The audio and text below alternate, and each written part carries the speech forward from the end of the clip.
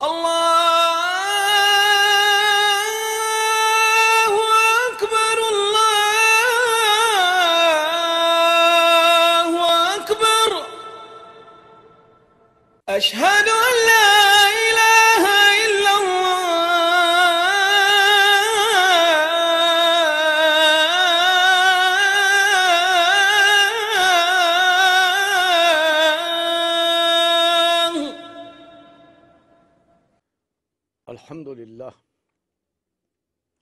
الحمد للہ وکفا والصلاة والسلام علی عبادہ الذین اصطفیٰ اما بعد فاعوذ باللہ السمیع العلیم من الشیطان الرجیم یا ایہا الذین آمنوا ارکعوا واسجدوا واعبدوا ربکم وافعلوا الخیر لعلکم تفلحون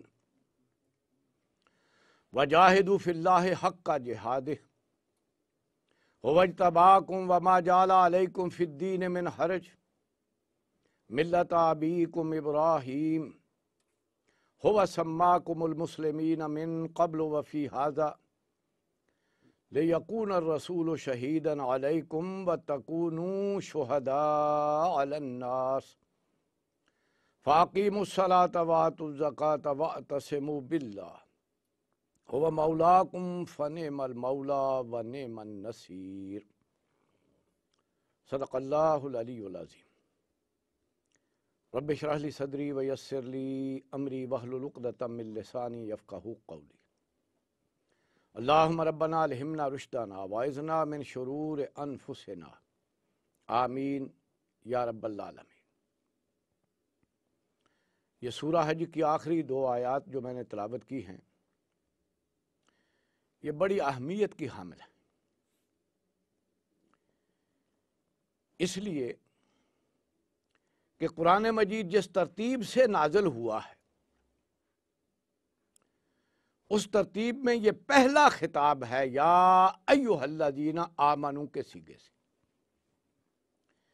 یعنی اللہ تعالیٰ نے پہلی بار خطاب کیا ہے اہل ایمان سے،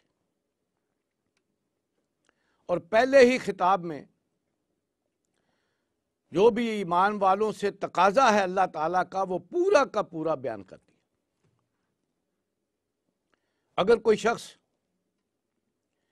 ان دو تقاضوں کو جو ان دو آیات میں تقاضے آئے ہیں ان کو اگر پورا کر دے تو اللہ کا حق بھی ادا ہو جائے گا اور نبی اکرم صلی اللہ علیہ وسلم کے امتی ہونے کا حق بھی ادا ہو جائے گا. اس لحاظ سے بڑی اہمیت کی حامل ہیں یہ دونوں آیات. فرمایا یا ایھا الذین آمنوا ارکعوا واسجدوا، اے ایمان لانے والو رکوع کرو سجدہ کرو. کیا مراد ہے؟ نماز ادا کرو. جب یہ آیات نازل ہوئی ہیں اس وقت تک صرف نماز فرض ہوئی تھی، اس لیے اسی کا حکم دیتی.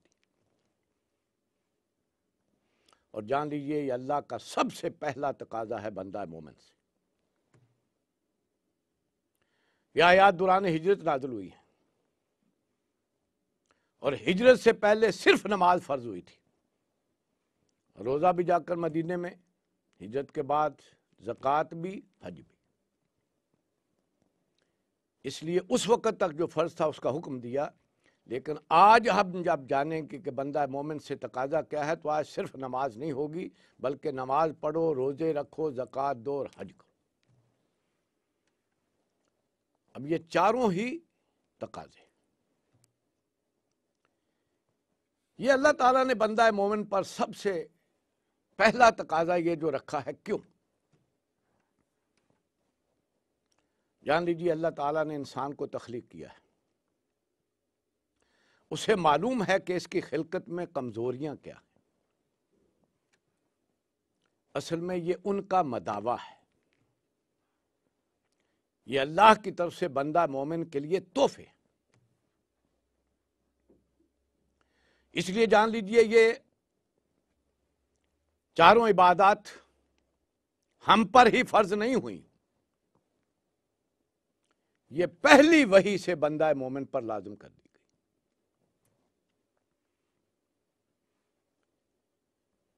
اس لیے کہ اللہ تعالیٰ چاہتا تھا کہ بندہ مومن جو ہے اس کی تخلیق میں جو کوتاہیاں ہیں، نقائص ہیں، ان پر قابو پا لے اور غفلت سے بچ جا۔ چنانچہ قرآن مجید میں صاف کہا گیا خلق الانسان ضعیفا، انسان کو بڑا کمزور پیدا کیا گیا ہے۔ خلق الانسان من عجل، انسان کے اندر اجلت بڑی رکھی گئی، اجلت پسندی بڑی ہے، اس لیے دنیا کا دل دادا ہو جاتا ہے، اسی پہ ریچھ جاتا ہے۔ پھر فرمایا ان الانسان خلق ہلوا اذا مسہ الشر جزوعا واذا مسہ الخیر منوعا، یہ انسان بڑا تھڑ دلا پیدا کیا گیا، اس میں عزیمت نہیں ہے۔ اذا مسہ الشر جزوعا، جب اسے تھوڑی سی تکلیف آتی ہے تو جزا فضا پہ آ جاتا ہے، واویلا مچا دیتا ہے، گلے اور شکوے کرنے شروع کر دیتا ہے۔ وَإِذَا مَسَّهُ الْخَيْرُ مَنُوعًا، اور جب اللہ تعالیٰ ایسے کوئی مال و دولت دیتا ہے تو پھر اسے سینت سینت کر رکھتا ہے، سنبھال سنبھال کر رکھتا ہے، اسی کو اپنا سہارا سمجھتا ہے۔ میں کہا کرتا ہوں جب انسان کسی مصیبت میں ہو، اس پہ کوئی کڑا وقت آیا ہوا ہو تو لوگوں کی طرف دیکھتا ہے، انہیں میں نظر نہیں آتا، یہ میرے ساتھ جو ہے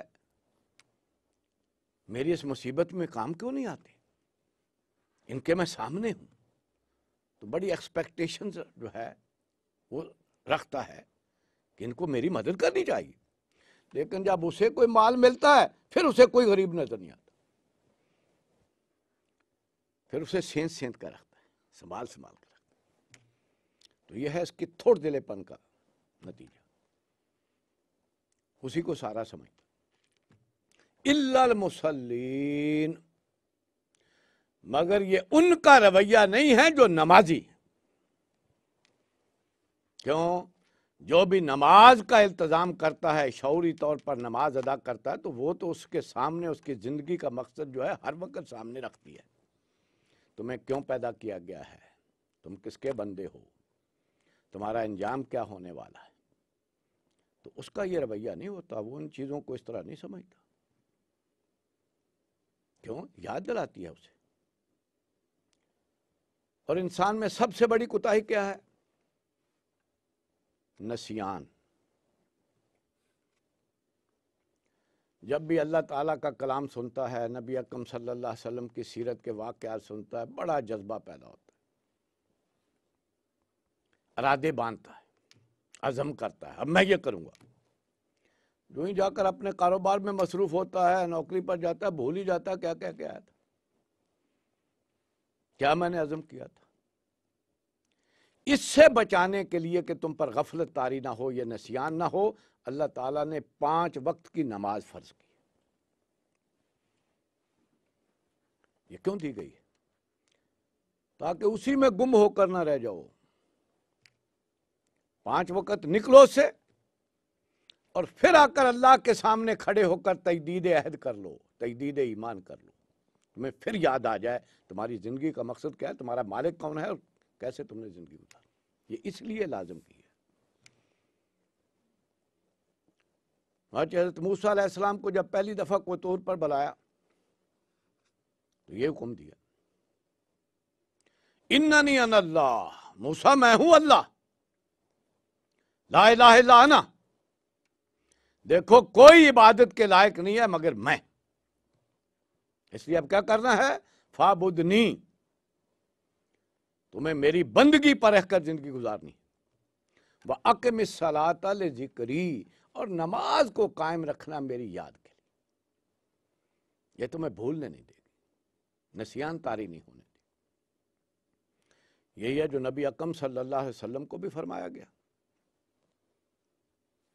اُتْلُ مَا أُوحِیَ إِلَیْکَ مِنَ الْکِتَابِ، اے ہمارے رسول صلی اللہ علیہ وسلم، یہ جو ہم نے کتاب نازل کر رہے ہیں اسے بار بار پڑھتے رہیے۔